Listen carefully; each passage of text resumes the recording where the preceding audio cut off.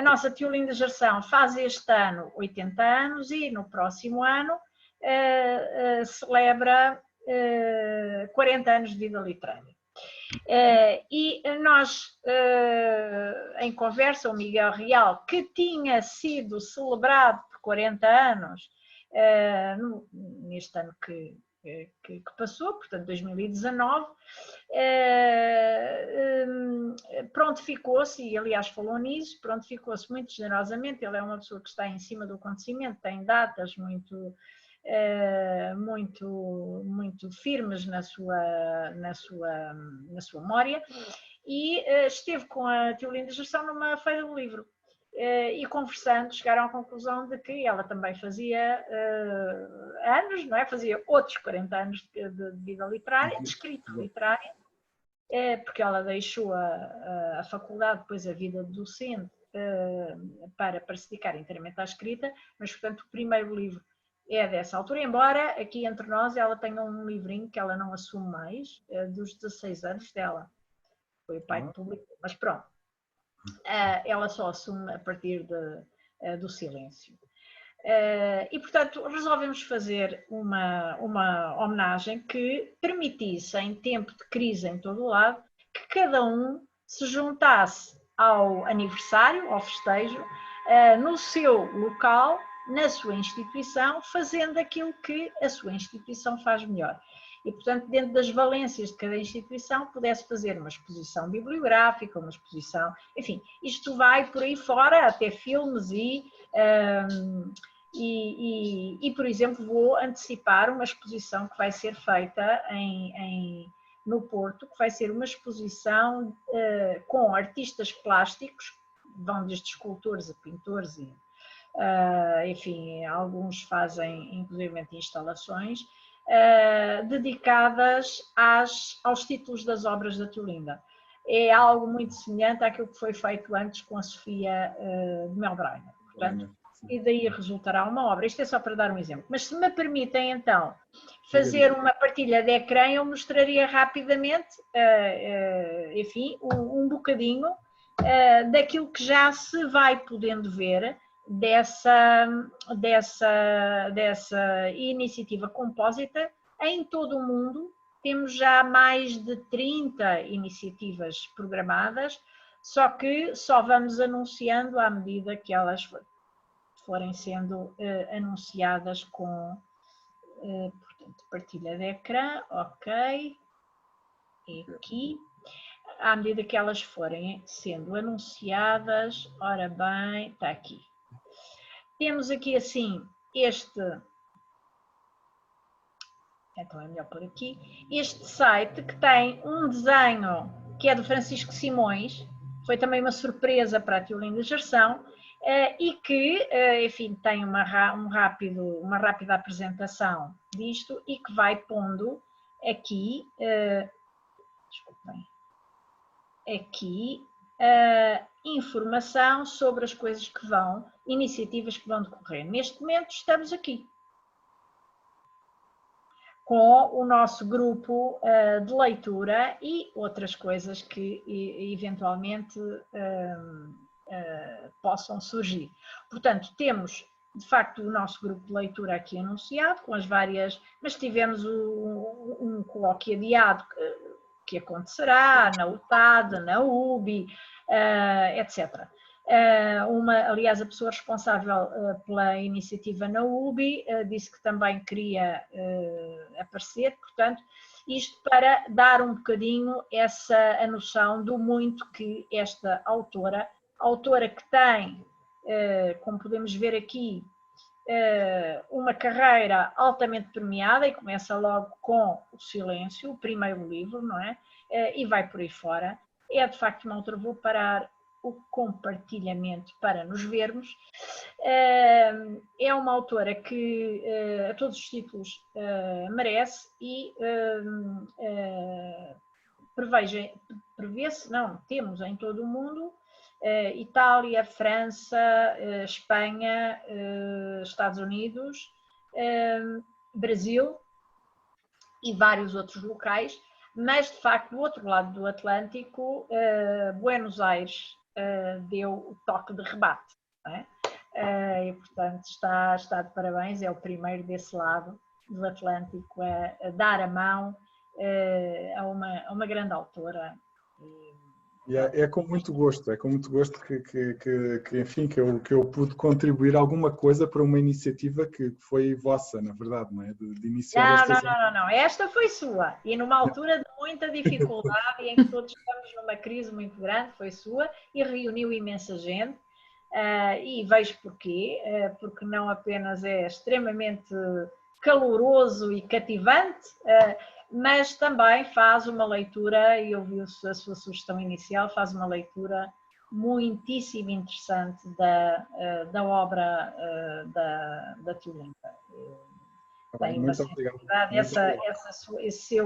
essa sua chamada de atenção para o início do livro está particularmente interessante.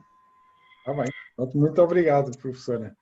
Eu se calhar, eu passaria a apresentar o livro, porque esta segunda parte desta sessão deste grupo de leitura é também de lançamento do seu livro, que se chama Tiolinda Gerzão, Encenações. Eu vou mostrar a capa, não é? Porque a professora enviou-me o livro. E então, onde é que está? Não, está aqui. Está aqui. Mal eu consiga reativar o PowerPoint. E foi buscar algumas passagens que eu tinha também tirado. Isto não há dúvida nenhuma que sermos lá dos amigos aqui criam uma idiosincrasia muito semelhante.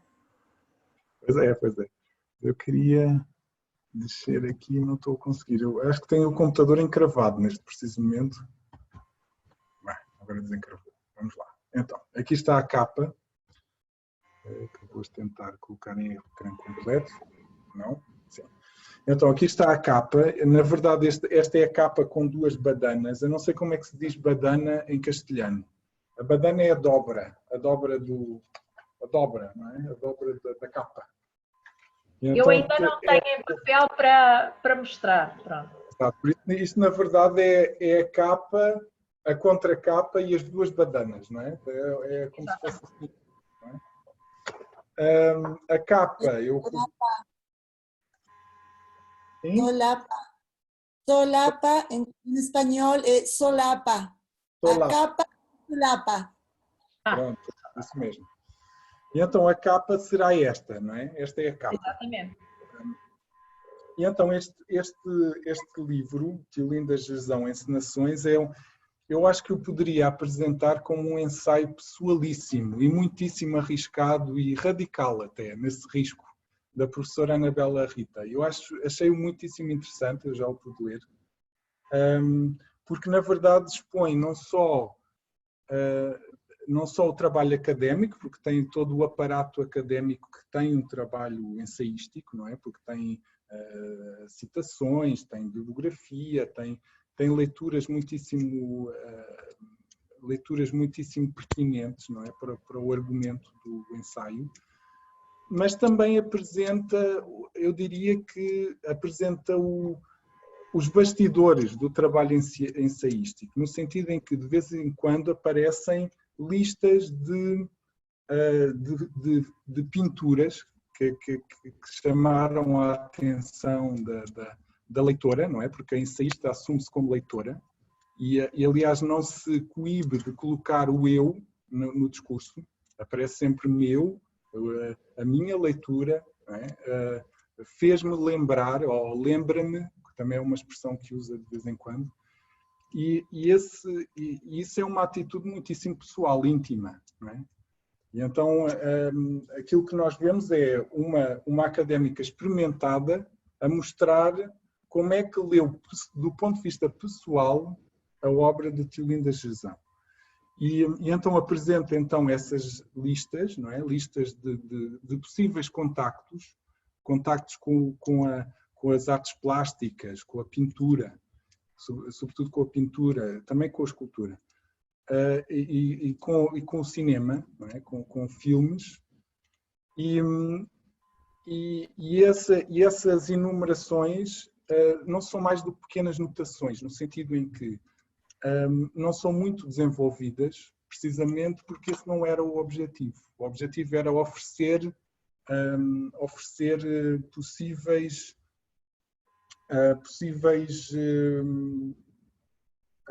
pontes, não é?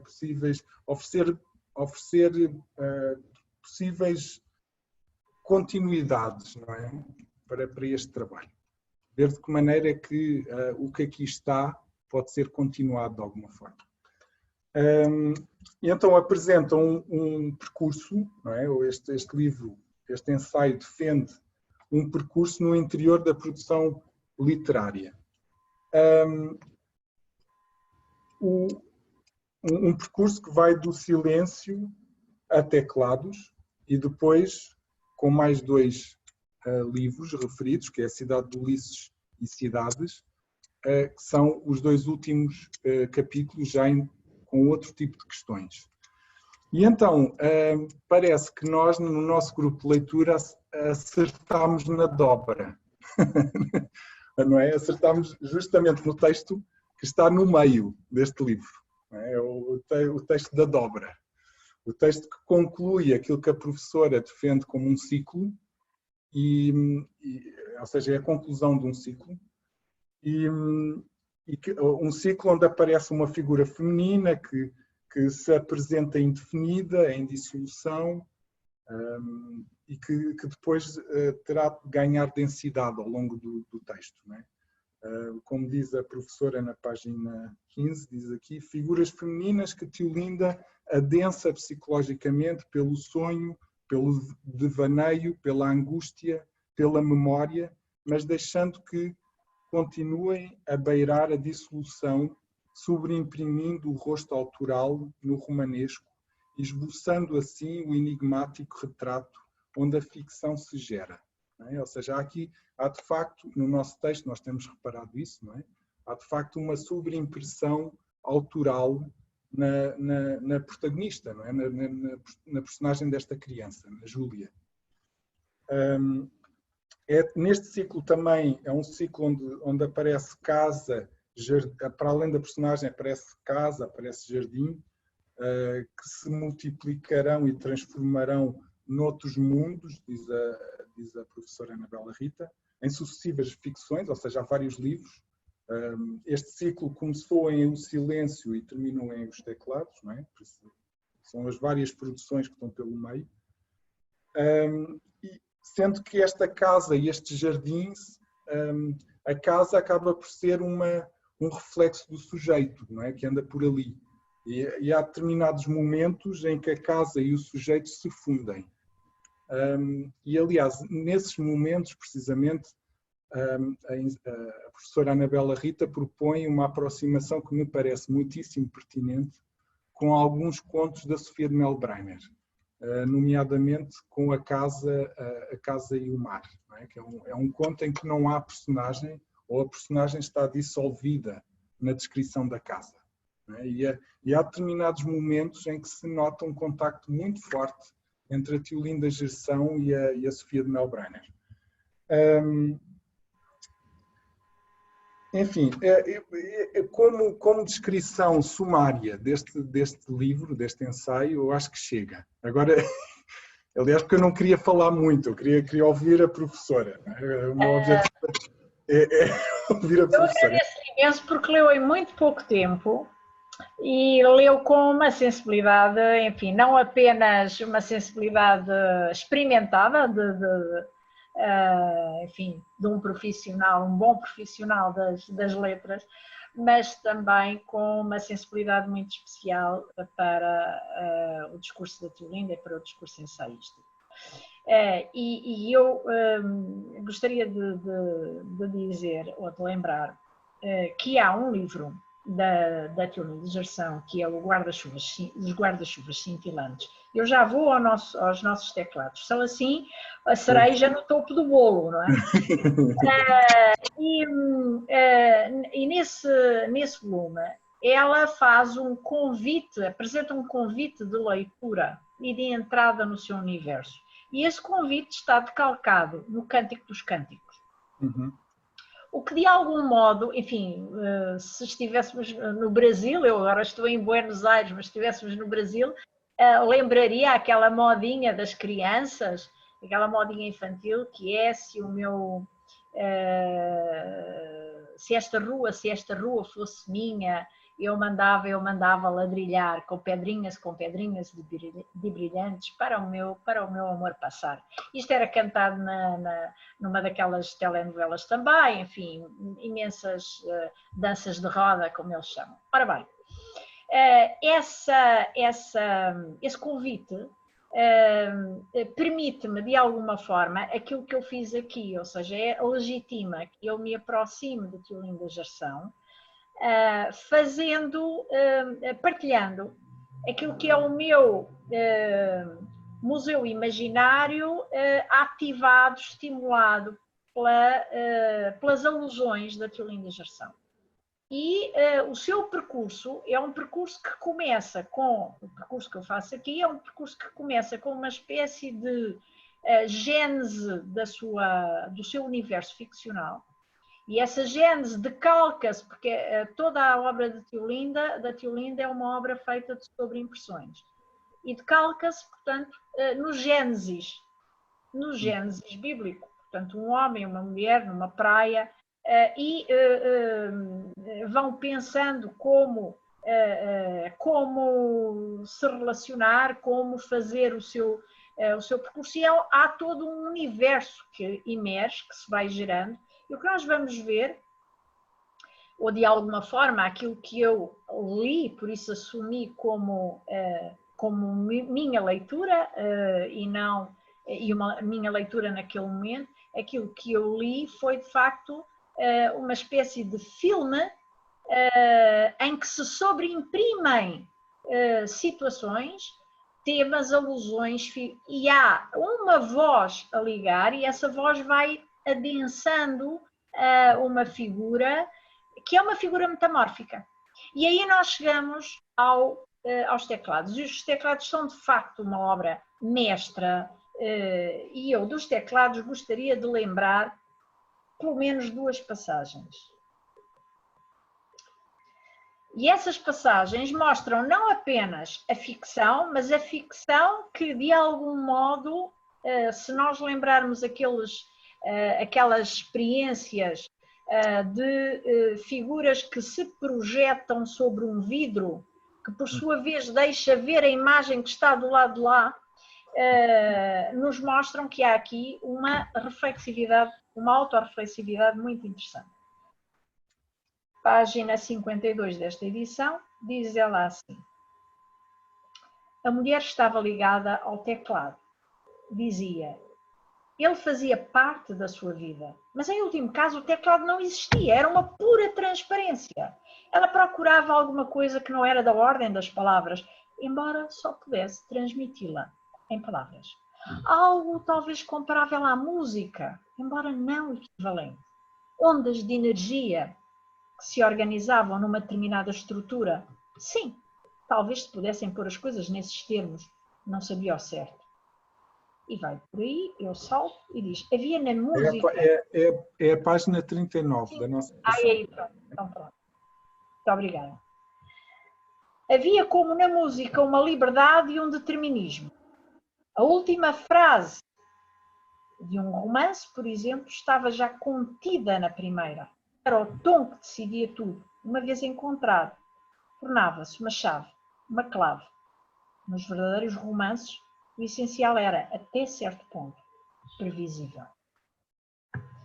E uma outra passagem, aqui na página 28,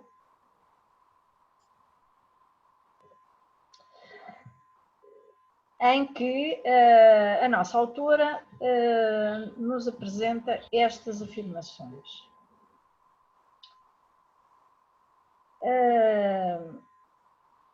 Na música, a meio de um parágrafo, o que realmente era fácil, não sei se conseguem localizar, mas na música as frases não aconteciam ao acaso, remetiam umas para as outras, formavam sempre um conjunto. Bastava procurar o que já tinha sido encontrado, colocar as notas no lugar certo e quando tinha alguma hesitação, procurar reconstituir o que faltava, antes de olhar novamente a pauta, como se a música fosse um tecido eventualmente rasgado, que se podia tecer de novo, no lugar da fada.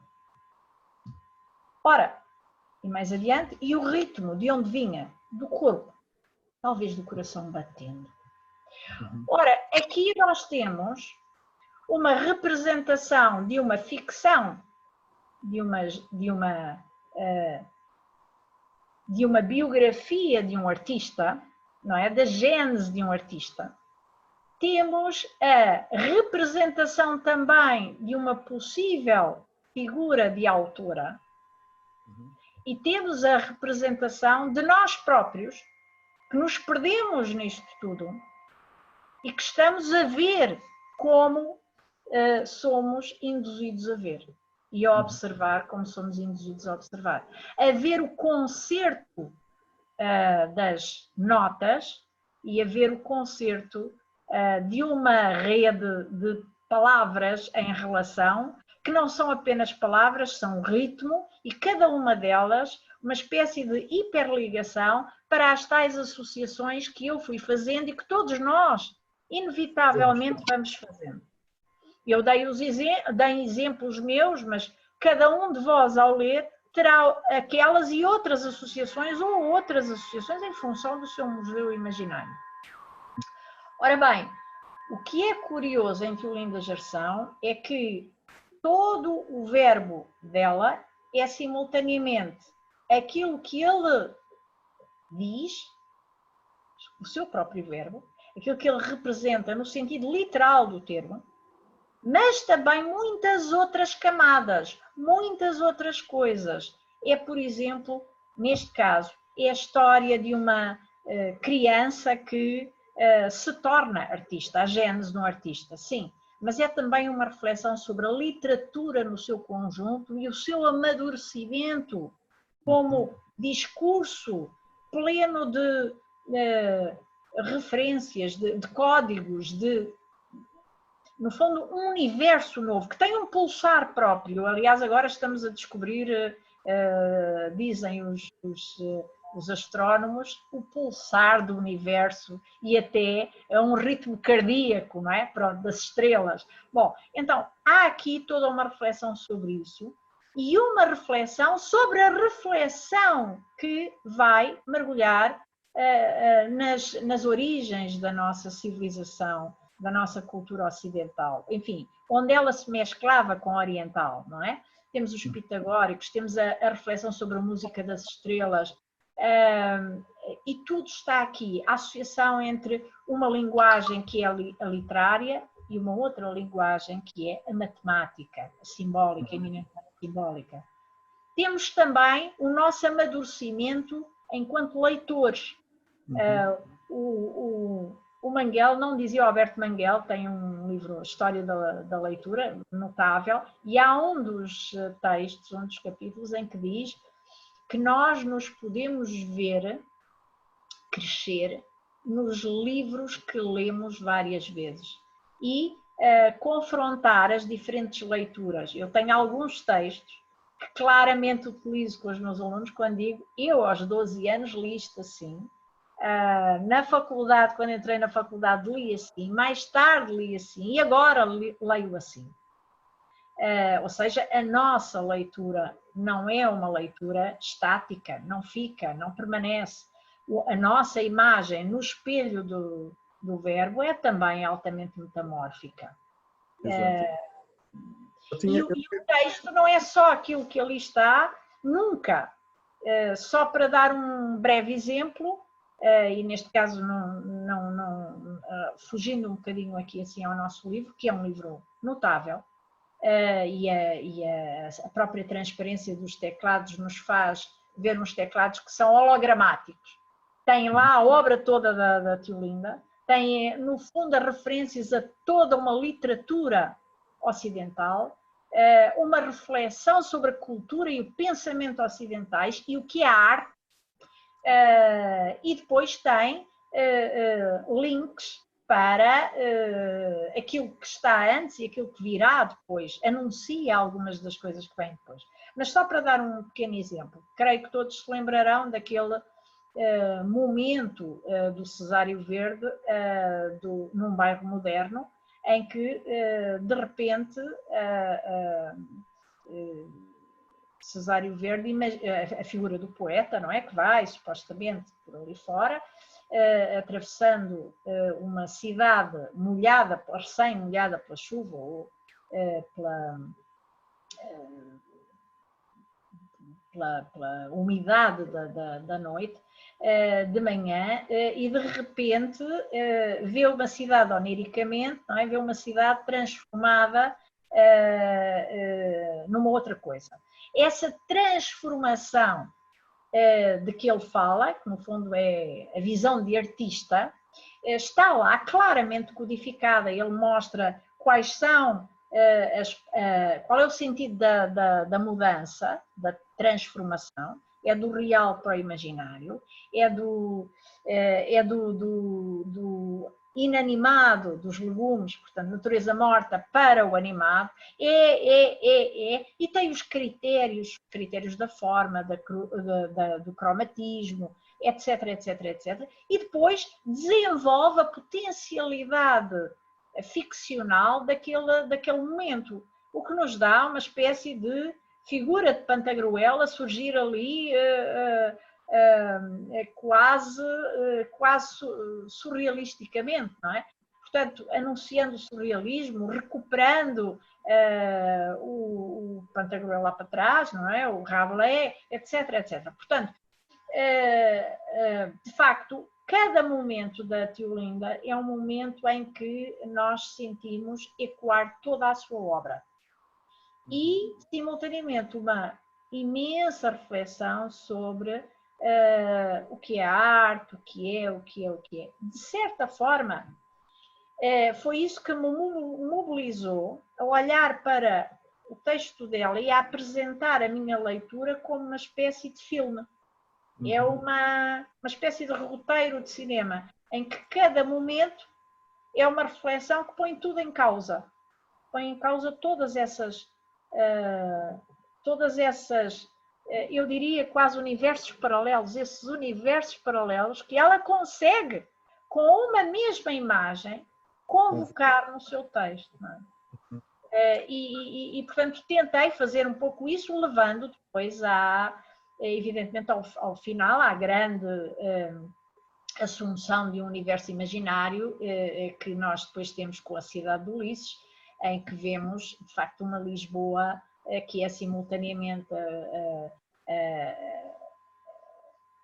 a Lisboa da nossa imaginação, a Lisboa do nosso real, a Lisboa de uma suposta exposição,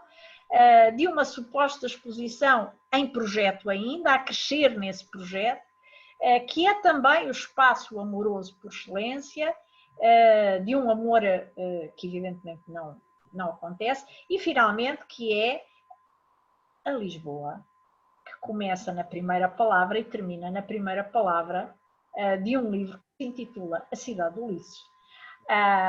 Pronto, mas eu diria que na obra dela há duas peças centrais. Uma, se pensarmos no cone perspético, de um lado temos os guarda-chuvas cintilantes que nos dão uma espécie de xadrez, não é xadrez simplesmente porque é demasiado metamórfico e fluido, mas anuncia links para o futuro da sua obra e recupera muitos dos momentos anteriores. Portanto, um puzzle, como chega a dizer, não é? Um puzzle. Exato.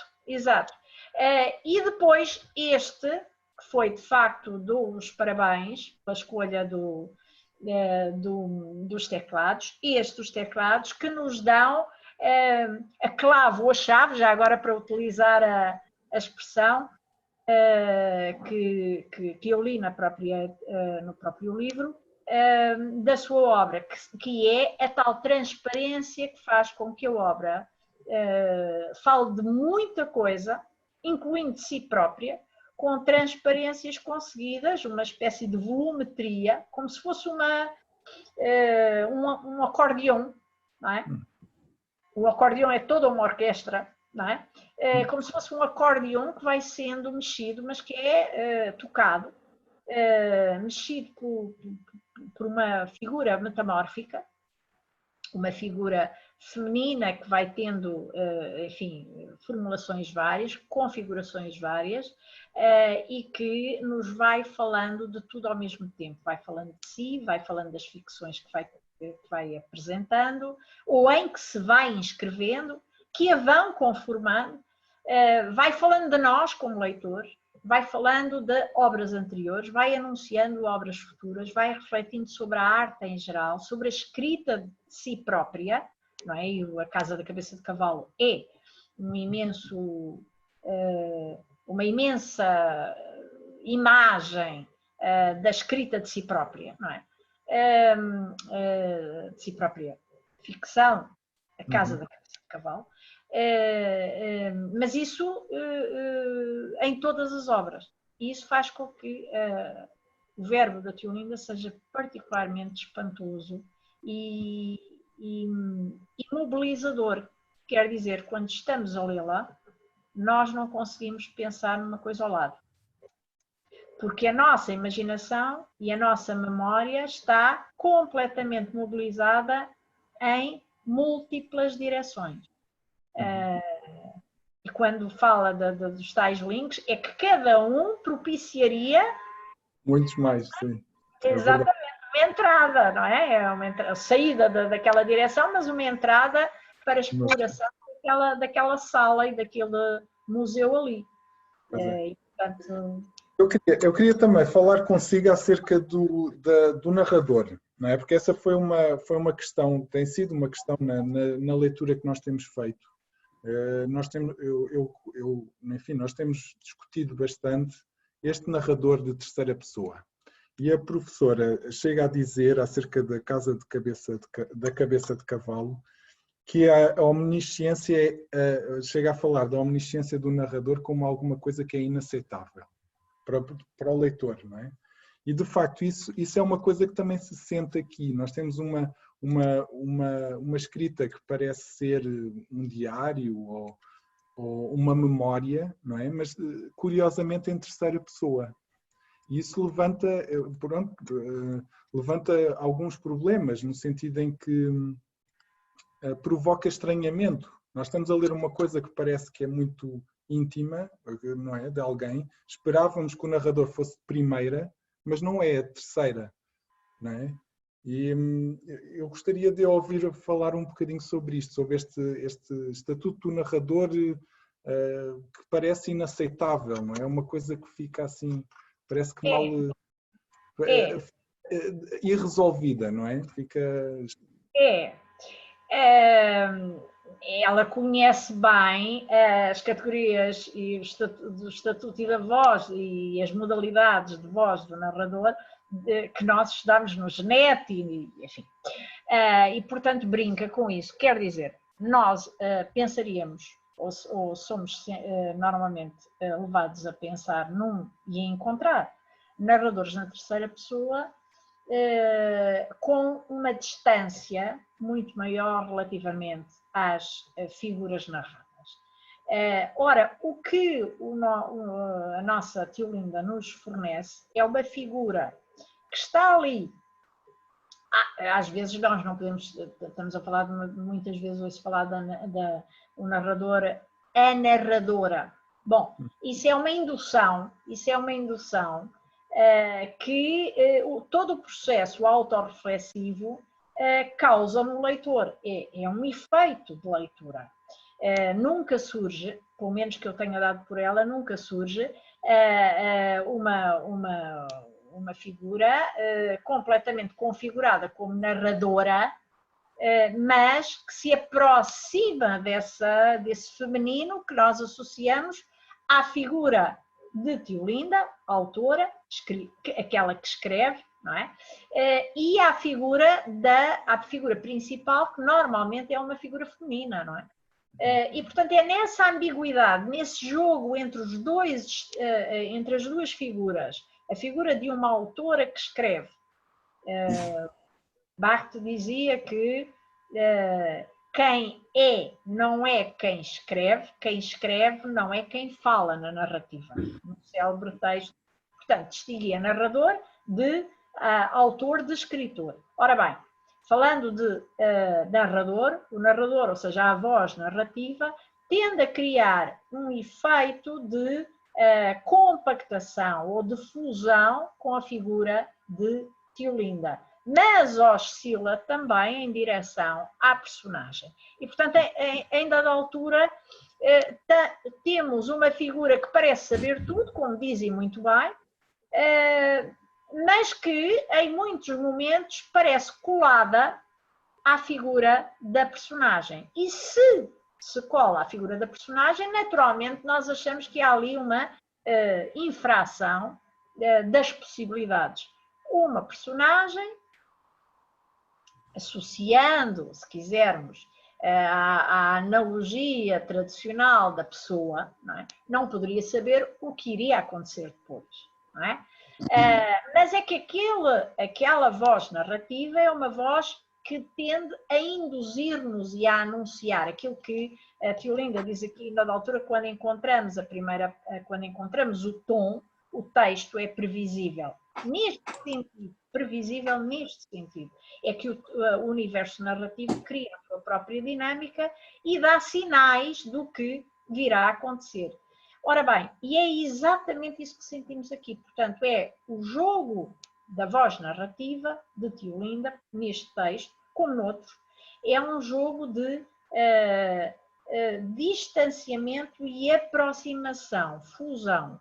E quando se aproxima, não mostra saber aquilo que a personagem não devia saber, mas de vez em quando excede a possibilidade, ou seja, o seu ponto focal é móvel, é eminentemente móvel. E muitas vezes, do ponto de vista lógico, está num determinado lugar, mas vai buscar conhecimento àquilo que, no fundo, só seria possível por um distanciamento, por um súbito distanciamento, que não tem. E é esta sucessiva infração que nós vamos encontrar, destas infrações sucessivas, que fazem com que a própria voz narrativa não seja tão previsível como ela diz, não é previsível.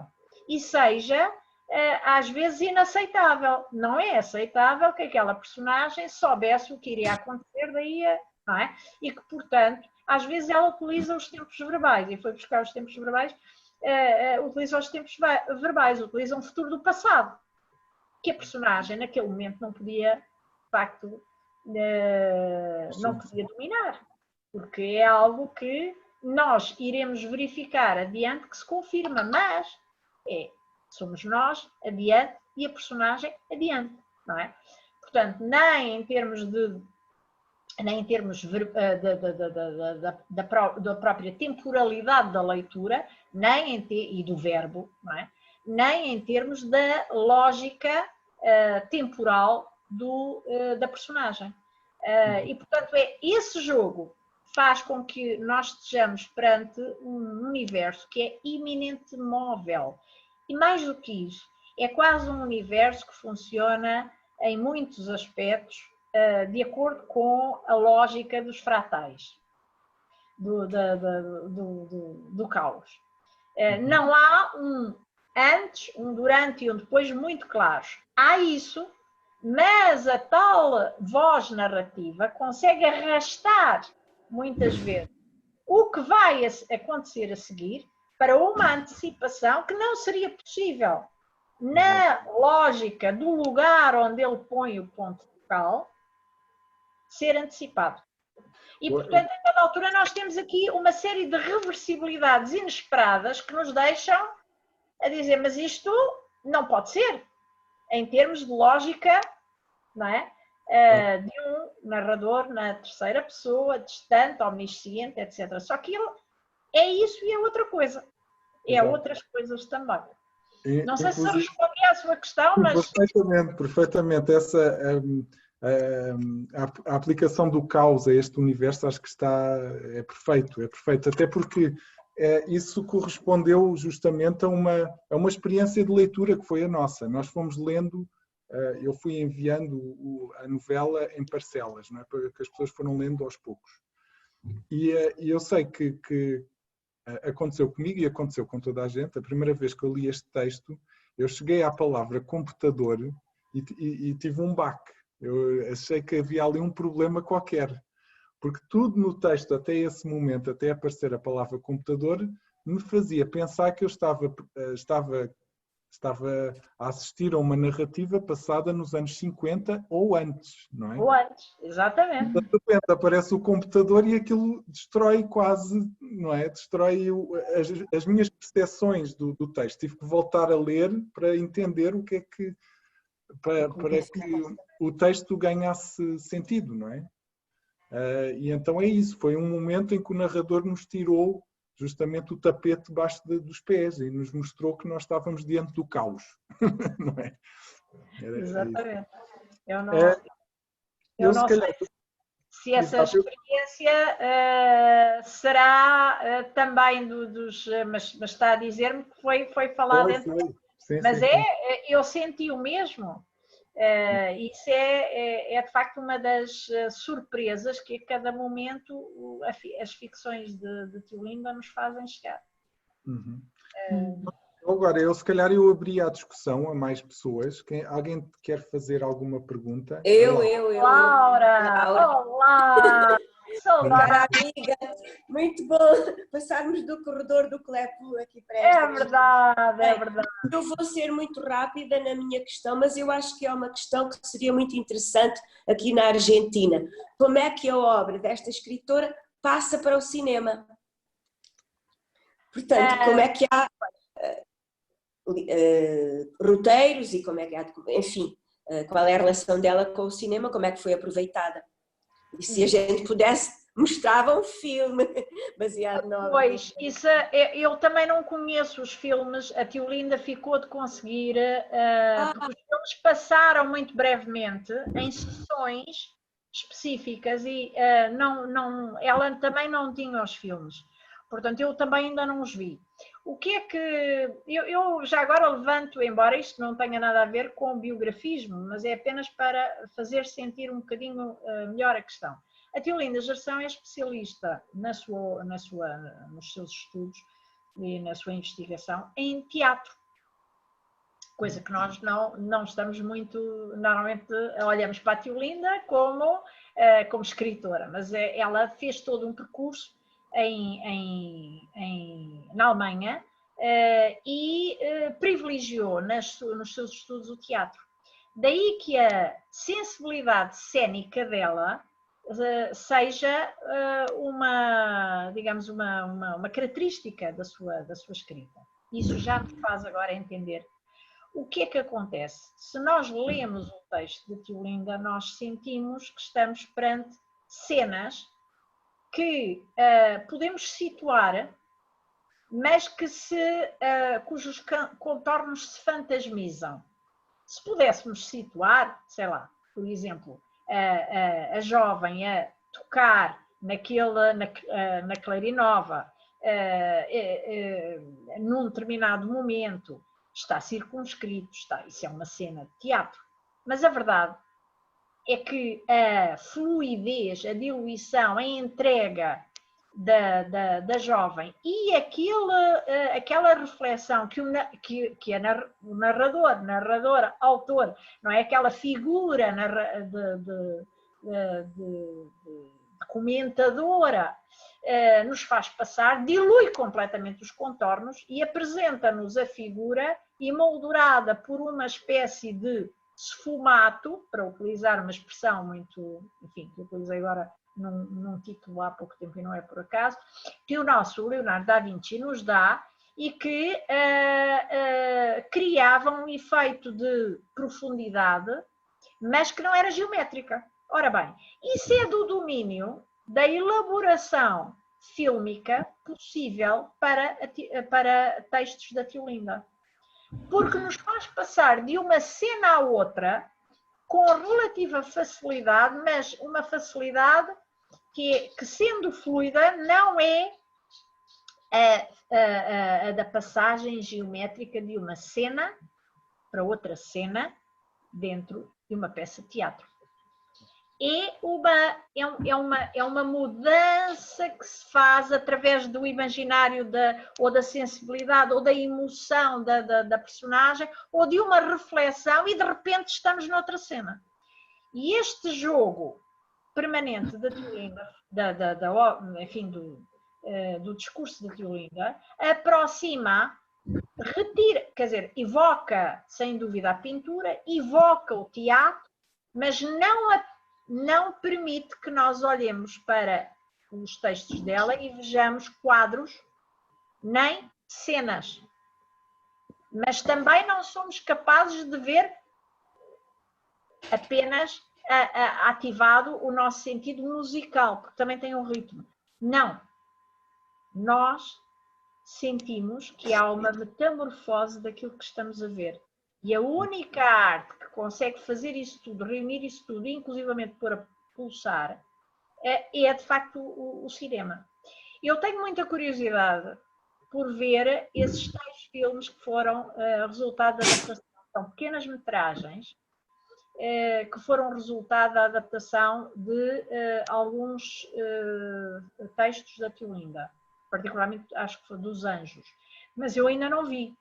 E estou muito curiosa a respeito, estou muito interessada nisso, porque sei que já houve também a adaptação dos Anjos a teatro, que eu também ainda não vi, porque isso passou numa altura em que eu nem estava em Portugal, mas essa adaptação a teatro, para mim, acho que é sempre um desafio terrível para qualquer grupo teatral, porque lá está, aquele esfumato que a Tiolinda cria, não é? Como é que se pode adaptar ao teatro que estamos a ver, mesmo com os efeitos que hoje estão à nossa disposição? É muito difícil, é muito mais geométrico, é muito mais diferenciada a cena, é muito mais marcada a divisão entre cenas. E o cinema pode iludir tudo isso, pode fazer com que uma cena se sobreponha à outra e vá diluindo a outra, não é? Até que surge esta e depois dá. Portanto, há jogos que são suscetíveis de ser feitos com a tecnologia atual no cinema e que dificilmente se conseguem na peça de teatro. Está ali o João Ribeireta a dizer que... Diga. Nós temos também no nosso grupo uma pessoa do teatro, que é o Paulo Ribeiro, e ele, aliás, diz aqui no chat, não é, que eu estou a ler, ele diz que gostava de encenar uma das obras da Tiolinda. Fantástico! Ele tem uma companhia de teatro e ele diz que se dispõe a abraçar o projeto. Paulo, queres dizer alguma coisa? Eu disse isso mesmo? Não. Disse. Olá, Anabela. Viva, professora Anabela. Sim, eu tenho realmente uma companhia de teatro, sei, aqui de Coimbra, julgo que é a naturalidade da Tiolinda, julgo eu, não será? É, sim senhora, é de Coimbra. Exatamente, Coimbra. Pronto, e então sim, eu não, aliás, eu fui logo, eu não conhecia os teclados, neste caso, que é o que estamos a ler, e foi logo uma das minhas primeiras intervenções aqui no grupo, que era realmente muito teatral e muito cómico, às vezes até mesmo aquela figura do tio, muito cómico, aquela cena inicial do tio e do tio Eurico, assim, um bocado a passar a loucura, portanto, o tio Otávio, não é? O tio Otávio. Sim, exatamente. Exatamente. E de depois aquela vá, como direi, aquela quesília entre o Otávio e a mulher que por causa do tio Eurico, que eu só o vou abandonar quando ele deixar esta terra. Portanto, tudo isso é muito teatral e muito dramático, não é? Dramático, sim, e é bastante engraçado. E daí esta minha loucura de propor uma coisa destas. Portanto, Isso é uma mas quem loucura sabe, muito bem-vinda. Olha que nós aproveitamos logo. O padrinho é o João Ribeirete, a madrinha a Laura, eu estou a subscrever e ela ficará deliciada. Ela é de facto, tinha lá a mãe faleceu há relativamente pouco tempo, mas tem lá uma irmã. Portanto, as ligações dela a Coimbra permanecem muito vivas. E acho que ela ficará encantada com essa ideia. E por favor, avance e pomos no ciclo. Claro. Coimbra fica no mapa. Claro, muito bem. Vamos lá todos bater palmas, nem que seja via Zoom, com o call feito aqui pelo nosso Dr. Ribeirete. O João Ribeirete será a grande peça de ligação entre nós e por favor, veja se segue esse sonho e essa loucura, porque para nós será uma coisa maravilhosa. Veremos. Tenho de ver. Ok. Mas eu proponho-me exatamente isso: a analisar uma obra e a quem sabe transpô-la para teatro, sim. E até ao final do próximo ano. Até ao final do próximo ano? Sim, este ciclo apanha este ano, que é o ano dos 80, em que ela fazia 80 anos. Nós perguntámos o que é que ela preferia. E ela disse, bom, na verdade, se me dão a escolher, há muita coisa que eu vou publicar no próximo ano. Mas este ano é também um ano particularmente caro, porque eu faço 80 anos. E nós dissemos, não tem problema nenhum. Vamos então apanhar os 2 anos e isso dá-nos tempo, uma vez que isto é pelo mundo fora, dá-nos tempo a que as pessoas vão aderindo. Mal sabíamos nós que íamos apanhar esta situação de pandemia, que iria interromper muita coisa e fazer adiar muita coisa. Portanto, é até ao final do próximo ano. E é assim, quando uma festa é boa, o encerramento, o dia 31 de dezembro, não termina a festa. A meia-noite não termina. Nós não somos propriamente a bela, a Cinderela, não é? Que à meia-noite, não é? Portanto, pode passar para o ano seguinte se não conseguir concretizar em 2021. Muito bem.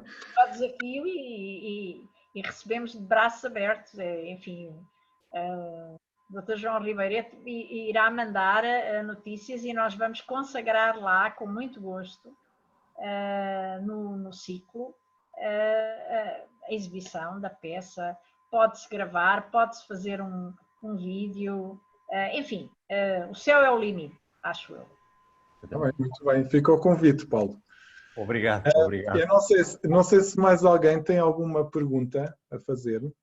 Laura, eu não sei se respondi à sua questão inteiramente, mas... Sim, absolutamente. E deixou-nos, sobretudo era isto, deixou-nos muito curiosos. Eu já estou a falar pelos outros, mas eu também sou narrador. Eu também estou. E agora... curiosa e vamos tentar. Eu não sei quanto tempo mais vou ficar aqui, porque não há aviões, mas eu estou ótima. Pronto, vamos tentar. Obrigada. A Laura é uma força da natureza, tem um ânimo que chega para a Argentina inteira. Nós é que estamos com a falta dela cá. Obrigada. Uma coisa que eu queria perguntar... Não seria nada sem o João. O João é que é o... Eu sei que Aliás, eu vou cometer uma inconfidência. A Laura fez-lhe uns elogios tão rasgados, que eu estava curiosíssima também. Enfim, não estava só curiosa dos filmes sobre a obra da Teolinda, estava curiosa também sobre o grupo e sobre, fundamentalmente, o grande dinamizador que era o João Ribeirete. E devo dizer, ficou no coração. Está bem, muito obrigado. André, pena. Desculpem, só dizer isto. O grupo era para ter 15 pessoas, mas já vão. Não é 36 o número que já atingiu? Isto é um fenómeno. 34, Estão em todo mundo. Maravilha. Bom, mas eu não estou espantada. Depois de ter visto como age o João Ribeireto, eu acho que ele tem mel para atrair as pessoas. Tem um poder de comunicação notável e tem um coração muito grande. E depois põe isso tudo associado a uma grande competência de leitura. E isso é uma coisa rara. É uma coisa rara. Quando nós olhamos, seja o que for, com demasiada, não estou a falar em seriedade, honestidade, rigor, competência, não. Mas aquela seriedade hierática, sem sensibilidade, sem sentimento, sem a emoção que também faz parte de tudo isto, e não é por acaso que a retórica antiga colocava lá o pathos também no seu triângulo. Quando nós olhamos para o verbo, que é o verbo literário, que acima de tudo comunica de uma forma diferente, mas comunica. E se nós não conseguimos fazê-lo vibrar dessa forma, vê-lo a vibrar dessa forma, e nós mesmos vibrarmos, correspondermos a essa vibração do verbo, duvido que consigamos fazer uma leitura que cative alguém. Porque, no fundo, nós partilhamos, não é? Ler, neste caso, escrever, fazer uma palestra, conversar sobre os textos, etc., é uma forma de partilha. Da mesma forma que ninguém quer uma conversa, eu vou dizer, chata, ninguém quer uma conversa exatamente que seja insensível à natureza vibratória da própria palavra literária, que é uma palavra extremamente dúctil. É o lugar em instância que mais testa os limites da palavra, as capacidades semânticas da palavra. Estica como se fosse um elástico até ao limite. Ora, se nós não sentirmos isso, como é que nós podemos transmitir o gosto pela leitura, a nossa leitura, e persuadir? Persuadir a ouvirem-nos, não é? E a lerem depois o livro, se por acaso não lerem, não é? Portanto, e a prova disso está aqui, não é? Se neste momento já estamos com este grupo alargado desta maneira, significa que o João Ribeireto tem sido um dinamizador muito, além de competente, por aquilo que eu já vi, é um grande leitor, além disso, tem conseguido fazer vibrar ao ritmo dos textos. Eu espero que sim, muito obrigado pelos elogios, muito obrigado. Eu não sei se mais alguém quer fazer alguma pergunta. Eu gostava de fazer uma, que é, tendo em conta que a maior parte das pessoas que estão aqui leram este livro, Os Teclados, e este livro foi o primeiro livro da Teolinda Gerzão que eles leram, na sua opinião, qual é que seria o segundo livro? Qual é o livro que eles deviam ler a seguir?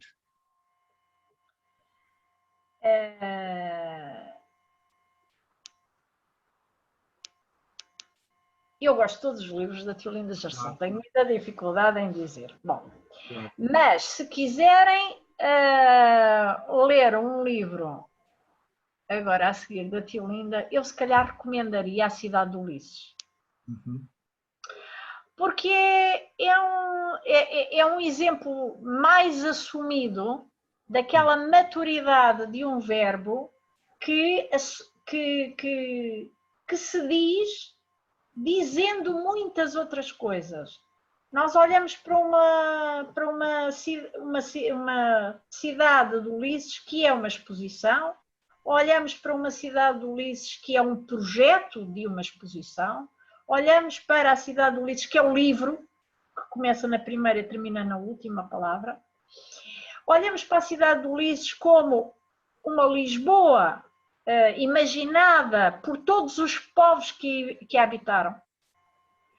Uma cidade de Ulisses desenhada ao longo e configurada ao longo de N lendas de fundação, mitos que a constituíram.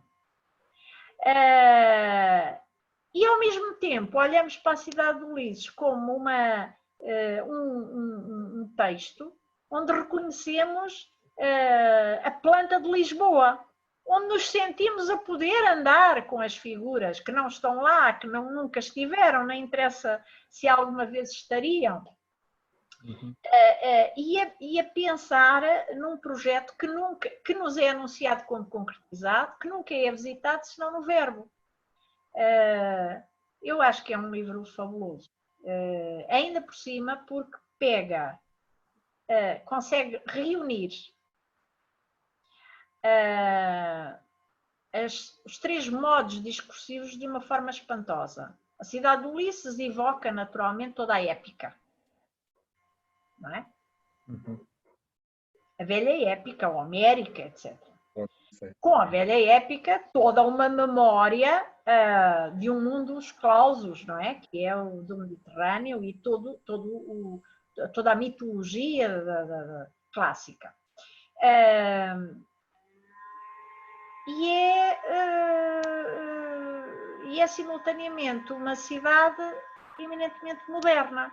E depois é tudo isso. Desculpem, mas eu ia falar dos três modos.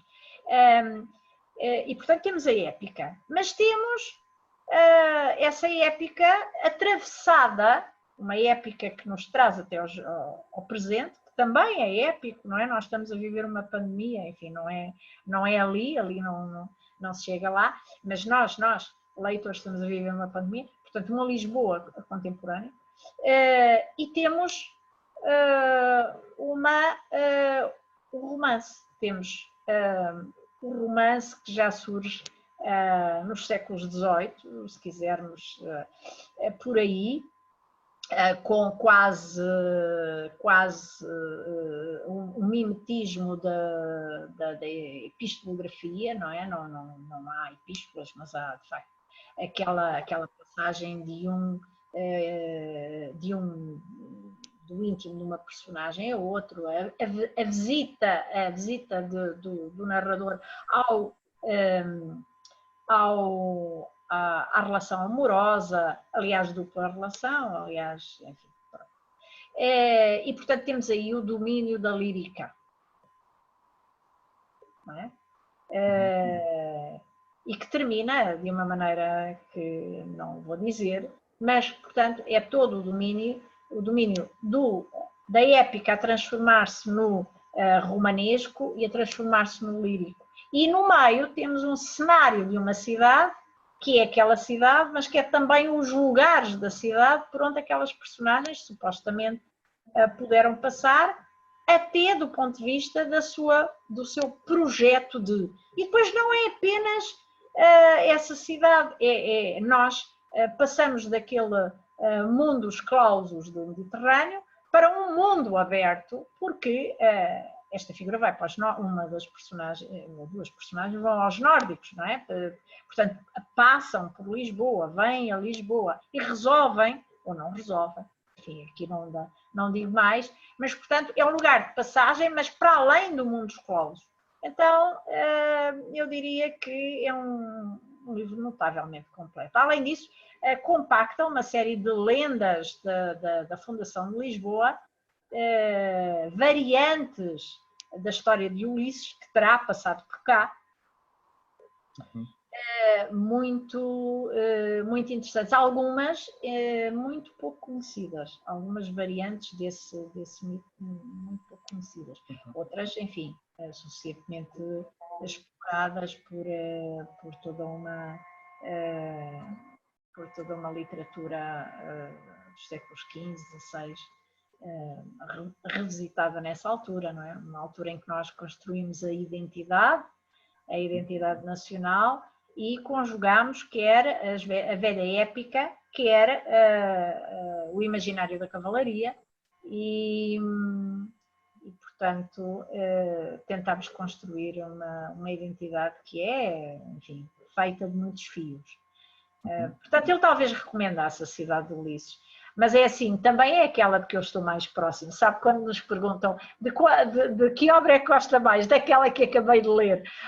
Não é bem assim, mas é quase, quer dizer, depois há outros textos da Teolinda, mas a Cidade de Ulisses é de facto um outro texto espantoso, de grande dimensão. Mas acho que escolheu muito bem os teclados. Os teclados são uma obra que até comove. Até comove. Eu, quando acabei de ler este livro, eu senti-me, enfim, coração cheio, que é uma coisa... Não... Como é que tomou contacto com a obra da Teolinda, professora? Lembra-se qual é que foi o primeiro que leu? Sim, eu estive num júri, num dos júris que lhe deu um dos primeiros prémios. E o livro não do Silêncio, mas o outro, a Casa de Cavalo de Sol. Agora, quando eu li o Silêncio, eu fiquei surpreendida. O livro do Silêncio, aliás, causou um problema, porque havia no regulamento um limite de páginas mínimo. E aquilo teve que ser postulado, porque a qualidade do livro, claro que aquilo era no regulamento, apontava para uma dimensão, não é? E teve que ser postulado para o livro ter o prémio, e foi unanimemente postulado. Estive de facto e depois escrevi um texto sobre a Teolinda, e ela gostou muito do texto e convidou-me para almoçar. E a Teolinda, vocês vão ver, é uma pessoa encantadora, encantadora. E depois, à medida que os livros vão saindo, vou recebendo. Em alguns casos recebi-os no computador antes para leitura prévia. Então a minha ligação com a obra da Teolinda é também muito emocionada. Que algumas delas... Nota-se no seu ensaio, nota-se essa paixão, nota-se, aquilo que está ali é um ato de paixão, de uma leitora apaixonada, sente-se isso muito bem. Eu vou dizer, eu sou apaixonada por todos os autores que eu trabalho. Se me ouvirem falar de Camilo, vocês desculpem falar em vocês, mas ficarão a ver uma apaixonada por Camilo. Se eu falar do Essa, apaixonada por Essa. Se falar de Garrett, eu sou uma apaixonada. Ou seja, no fundo, o que é que eu acho? Acho que a arte consegue isso de nós. E neste caso a literatura consegue isso de nós. De facto, apaixonar-nos por esses mundos outros e o modo como contacta connosco, como comunica connosco. E por algum motivo eu também trabalho mais a literatura do século XIX, ou seja, moderna e contemporânea. Não esqueçamos que a literatura do século XIX, particularmente de primeira geração, é uma literatura disruptiva relativamente à anterior, porquanto é eminentemente convivial. E, portanto, agarra em nós e leva-nos numa conversa.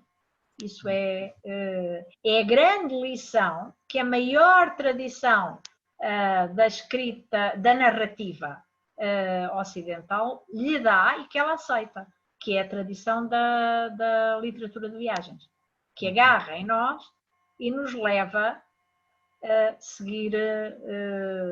Portanto, sempre que me ouvirem falar, vão-me ver apaixonada por aquilo que é verdade. Mas eu tenho que dizer que a Teolinda é de facto há alguns que são particularmente do meu coração. E a Teolinda é de facto, na contemporaneidade, é uma autora que me é muito cara. Está bem, pronto. Eu queria também dizer que nós temos na nossa biblioteca A Cidade de Ulisses, que foi o livro que foi recomendado para se seguir aos teclados, queria dizer isto aos membros do nosso grupo de leitura. Por isso, quando terminar a pandemia, vocês podem ir à nossa biblioteca do Instituto Camões, em Buenos Aires, e requisitar este livro para ler. Não é? Este livro existe cá.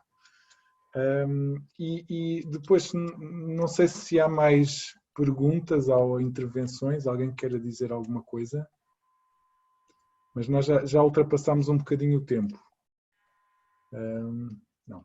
E então, resta-me então concluir e agradecer-lhe muito ter participado desta forma tão calorosa e tão apaixonada, lá está, ter participado desta forma neste grupo de leitura, professora Anabela Rita.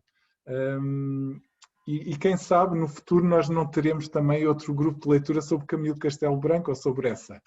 Está-nos a ela! Voltamos a falar. Está-nos a ela!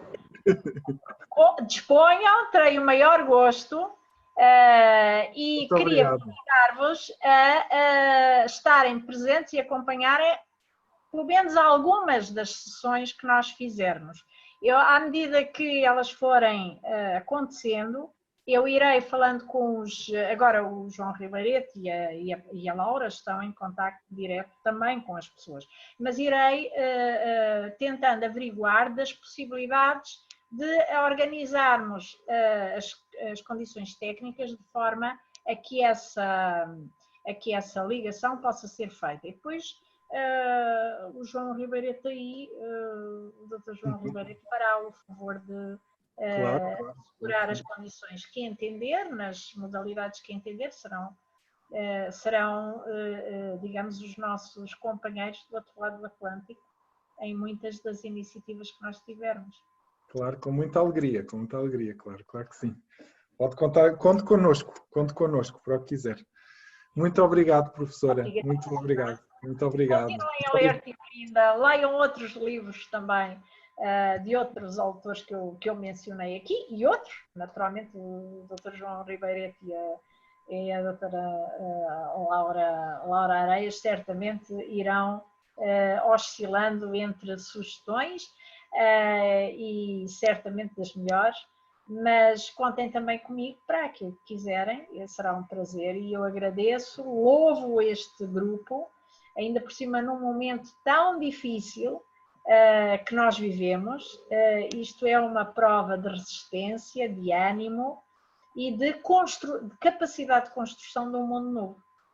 Exato. A tal construção de comunidade, não é? Que apareceu no texto hoje. Exatamente. Muito obrigado.